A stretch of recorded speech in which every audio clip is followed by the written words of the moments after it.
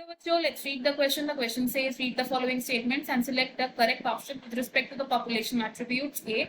Population density is necessarily measured in numbers. B. Tiger census is often based on pug marks and fecal pellets. C. Biomass is not a meaningful measure to know population size. D. Size of population of any species is not a static parameter. इनमें से हमें correct statements को choose करना है, given options में से correct option को टिक करना है। इस क्वेश्चन में हमारा की कॉन्सेप्ट होगा population attributes. The key concept is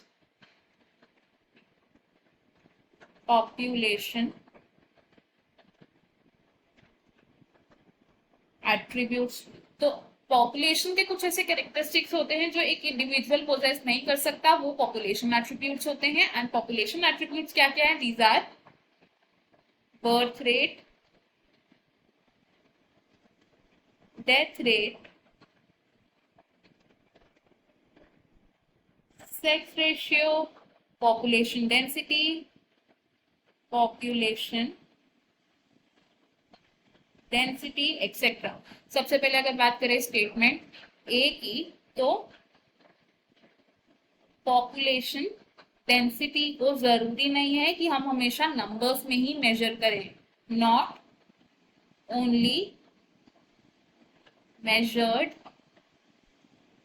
in numbers, however in numbers, यानी कि हम काउंट करके पॉपुलेशन डेंसिटी को नहीं निकाल सकते हैं फॉर एवरी टाइम। जिसका एक एग्जांपल क्या हो सकता है? लेट सपोज इस एरिया में there are 200 small grasses, there are 200 grasses, और यहाँ पर एक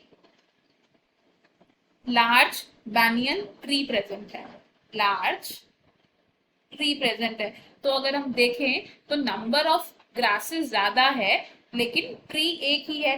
हाउएवर ट्री का जो बायोमास है वो ग्रासेस से ज्यादा होगा। तो ऐसे केस में नंबर्स की फॉर्म में अगर हम पॉपुलेशन डेंसिटी को मेजर करेंगे तो वो मीनिंगलेस होगा। इस केस में हम यूज करते हैं बायोमास को। ऑप्शन स्टेटमेंट बी की अगर बात करें तो for tiger census, national parks and biosphere reserve में जो टाइगर सेंसस होते हैं वो हम कैसे करते हैं? By pug marks and the faecal pellets of the tigers. Next C statement की अगर बात करें तो बायोमास एक मीनिंगफुल क्राइटेरिया है जिससे हम पॉपुलेशन डेंसिटी को मेजर कर सकते हैं। जैसे कि अभी हमने देखा in example of grasses and a large tree. And D statement की अगर बात करें regarding population of a species, तो एक स्पीशीज की जो पॉपुलेशन है इट इज नॉट स्टैटिक, मतलब ये पॉपुलेशन हमेशा स्टैटिक या स्टेबल नहीं रहती है।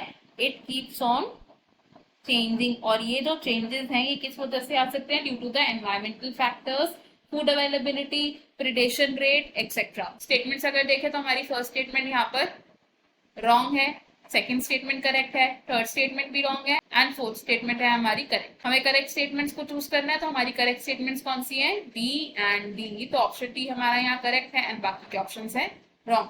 Final answer is option D. I hope you have understood it well. Best of luck. Thank you.